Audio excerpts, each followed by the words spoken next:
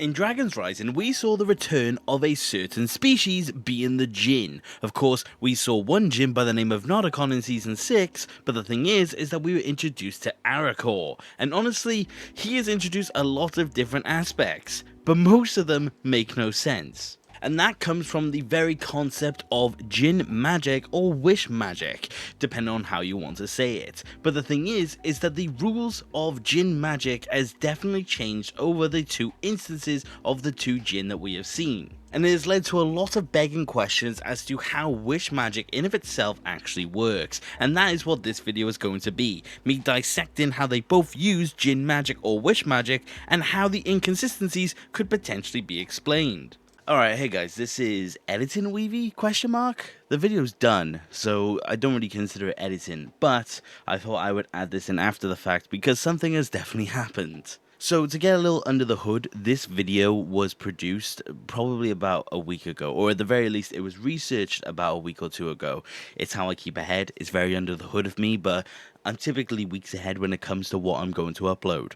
But the thing is that as I finished editing this video, Doc turned around and gave his own interpretation on how you could explain away wish magic. It's very simple explanation from him, it's just they could be different types of Djinn and they may have different rules because of it. And for one, no hate towards Doc, I accept this interpretation, but simply I also kind of like mine as well. So I asked you guys if you still wanted to see this video because I considered scrapping it. And you guys said yes, but I thought I'd put this ahead of time just to make sure you are aware. Yes, I have seen Doc did say that Arakor and Nodicon are just simply different Djinn. I, however, have got an explanation that I just kind of prefer, and it's been backed up by some logic. And again, no hate, I just wanted to show my interpretation. If you don't agree with me, you can always accept what Doc has said about the two Djinn. But yeah, just putting this here, love you all, let's get back to the video, and let me talk about some Djinns. But let's start off with the very first Djinn that we actually had, which of course, like I said, is the name of Nodicon, being the fearsome pirate captain and ruler of the seas of Ninjago until he was caught in his teapot. The thing about Nodicon is the fact that he was essentially a tyrant. He was very much out for himself, he wanted control, he wanted power, he was a villain of the land, and the thing is that the power of wish magic was very much something that he used to his advantage. Nodicon established a couple of rules if you wanted to use his wishes. You were allowed 3, and that was it. There was no more, there was no less, you had 3 wishes and that was it. You could not wish for love, death, or more wishes. You had to remain in those boundaries, otherwise Nodicon would not grant you your wish. And as soon as you said said wish, or you said it within earshot of a Djinn or used the word wish in your sentence, it would be granted, whether you or the Djinn wanted it or not. And that, generally speaking, was the rule set of Nodicon, but the thing is that he often used this to his advantage, and he often had a scheme that would go along with it. Typically speaking, Wish 1 was relatively harmless. There was not really an instance where he would do anything wrong towards you. He may sometimes use it to his advantage, but for the most part, the first wish was actually quite safe. Of course, Zane uses it to try and get an advantage over Nodicon, and you can see that it is a break from his usual cycle because he gets angry about it. But on the other hand, you may have someone like Kai, whose wish does get taken advantage of in the first instance. But I think that was just Nodicon having fun. Wish 2, however, is where he would begin his game. He would twist the meaning, he would make the wording a bit weird, but he would somehow make it to his advantage, and he would use that to put you in an unfavorable position. He had Kai swarmed with women, he had Lloyd turn old, he had Jay basically being subjected to torture, he had all the ninja in some sort of compromised position by Wish 2 if they played along with his game. And Wish 3 is where you would say the line that he wants you to say, and your third wish would be, I wish it all away. And of course, you would then be absorbed into the Djinn Blades, and of course that gives him more power, and he used that power to his advantage. And he would end it all off with the classic line, be careful what you wish for. And like I said, this was Nodicon's game, and of course his ultimate objective was to repair the land of Ninjago, and ultimately just give himself more power generally speaking. I think ultimately he is someone who just thrived on power. But the thing is that we see him play this game, and he plays it very, very well. And like I said, this ultimately was his goal, to rebuild the land of Ninjago over Ninjago itself, and once he did, he would be able to get married and acquire infinite wishes and infinite power in of itself. But ultimately speaking, his plan was always to give himself more power and ultimately be the ruler, and that was the main difference when it came to Narukon. However, in Dragon's Rising, like I said, we were introduced to Aracor, who is the last of the Jin and was not in Ninjago when the realm itself was destroyed. So he was the last remaining Jin and actually carried along with him a very small piece of Ninjago with him. And he is by far the most outright opposite when it came to Narukon. He didn't really want to use his wish magic, he inevitably had to because of course the actions of Nia and Sora, but the thing is that he was able to use his wishes, but he never played that game. Aracor was ultimately very sincere, he wanted to be very redemptive, he wanted to bring back Ninjago but in a very honest way, and granted wishes in a very sincere fashion. He never twisted words, he never manipulated, he never took the people's power. He ultimately did it simply because, well, he wanted to.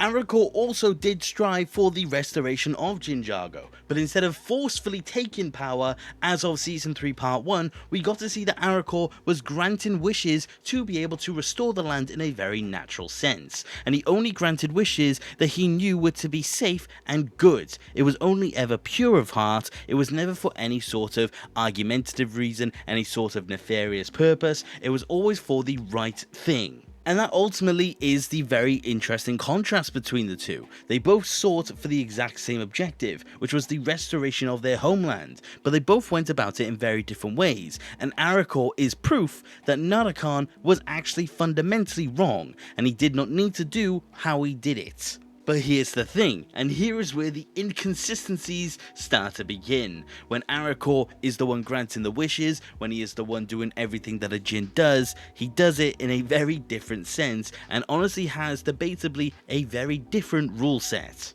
Now remember when I said that Narukon would only grant 3 wishes, he would only ever do 3, and that was it. Well, Aracor offers a lot more than 3 wishes. We see Nia and Sora grant many wishes through Aracor, and he never objects to a single one of them unless they were too powerful for the strength that he was at. For example, in Season 1 of Dragon's Rising, both Nia and Sora both utilize all 3 of their wishes, but the thing is in Season 3 Part 1, they were just throwing wishes out to the wind, they were just using wishes for the smallest things, they were using it just to defeat Dragonian warriors, so Nia and Sora alone utilized many more than 3 wishes. And the other factor is the fact that the interpretation of the wish was also different. You could not wish for love, death, or more wishes. And the thing is that Nia actually asks Aracor for someone to be hurt. In Dragon's Rising, Nia's wishes are literally harming Dragonian warriors, harming the spectral wolves from Season 1.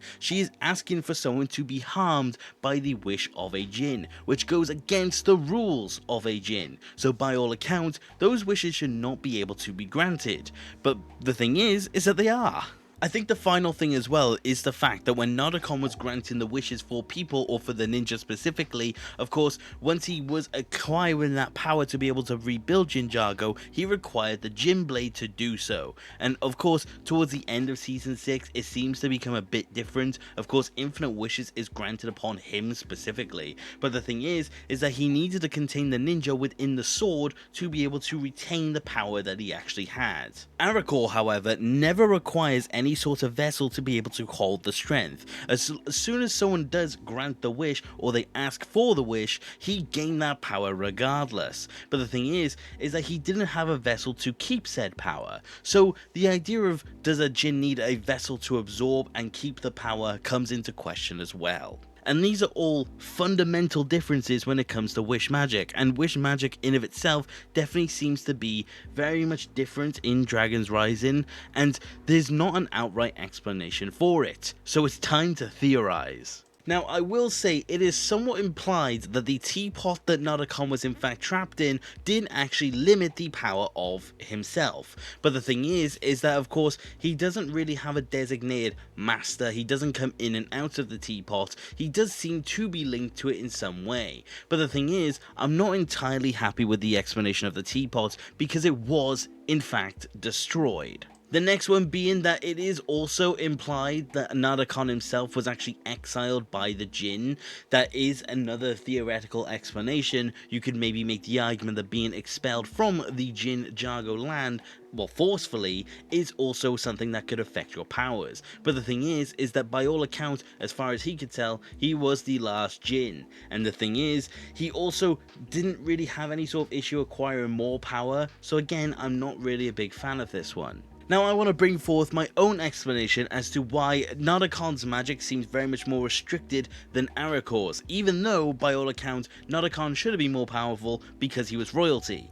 And that was because it was part of Narukon's game. Narukon very clearly has set out his own array of different tasks in the way to get more power for himself. And the thing is, he was always seemingly bent on getting that power. So what if he rigged the results? What if he tampered with the abilities of what he can and can't do and just didn't tell anyone that he could do it? What if this whole time Narukon was actually fully capable of granting additional wishes, but the thing is that because he stated outright that he couldn't grant more than 3 wishes, simply no one else really tried. No one actually attempts to even try and make a wish after the event of the 3 wishes that they use, and I think that is again all part of Narukon's game. Of course, if you were to just state another wish, maybe he would have to grant it, and there goes the game. But that is why he makes it abundantly clear that he doesn't have to grant more than 3 wishes, and he can't. As for no love, death and more wishes, I personally also think that's just a part of his game.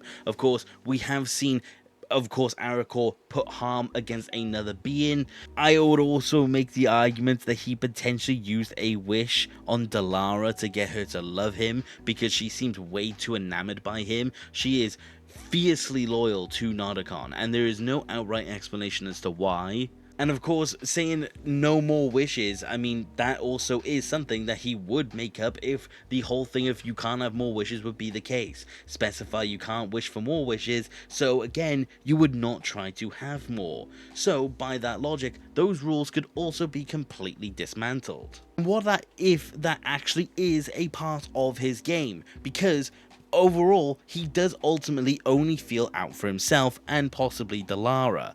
I mean, he doesn't care for his crew. As soon as he gets infinite wishes, he gets rid of them. He wouldn't want to give them more wishes. He never truly cared for them. So, by all accounts, he possibly did just make all of it up for his own personal gain. Now, the question you can ask from this is, of course, why, by all account, would he then require infinite wishes? And of course, that is so he can officially grant the wishes for himself outside of the need of someone else. Of course, we see in Season 6, Narukon outright tells Clancy to make a wish on his behalf. He cannot make his own wishes, and I think that's ultimately why he kept people that were nice around. And I think it's also part of the reason why Clancy was kept around to begin with. Open wishes that Narukon knew he could take advantage of at some point in the future. And that is simply why Arakor seemingly has got more abilities than Narukon. He doesn't keep those rules, he doesn't play the same game. But there's still one more unanswered question from all this. And that of course is the question of how does Arakor retain the strength and the power that he is getting? Because like I said, we only see Narukon outright acquire said energy when he acquires infinite wishes. And the thing is that he probably did require a vessel to maintain the strength, especially the ninja strength. But the fact is that in Dragon's Rising, it is implied that he is holding together Ninjago by his own hands. And that is the only other difference that I can't explain with the one I've just given for everything else. However, I do have a very small but loose explanation for that, and the very grain of sand that he holds within that amulet is in fact the vessel which he holds his power, and I do have a very small bit of backing for this. And that is the very first instance where we actually get to see him use wish magic in the Season 1 of Dragon's Rising. And that is when he starts to grant wishes, of course the grain itself starts to expand, and presumably that itself does become Ninjago. But the thing is, there is no reason to not suggest that that vessel or that grain or the very much amulet itself was not what was holding together and retaining the power that he is accumulating. And I really do think it does end up culminating in Ninjago being able to stand on its own 2 feet. There is no reason to believe that there is nothing that you can't use to retain a Jin magic. And what if he is using Ninjago itself to retain that magic? So one day, when he is potentially no longer with us, he may be able to keep Ninjago standing well after his time. But on an overall, Ninjago or Jin or Wish magic fundamentally does not make any sense as it currently stands, but with the theories that I have suggested, we could potentially look at a way to show that Narukon and Arakor's magic perhaps wasn't so inconsistent after all, and it was the byproduct of how they treat the people around them. But let me know what you think of my theory, and if you disagree, let me know why, and if you have a theory of your own. But like I said, this is the best conclusion I could come with based on the evidence that we actually have. But like I said, let me know what you do think of the explanations that I have given, and also just let me know if you enjoyed this video where I covered a very small aspect of Dragon's Rising, and let me know if you want more, or what parts of what you would like to see from the show itself. But that is about it for today, you guys. Thank you for watching, take care, okay, bye!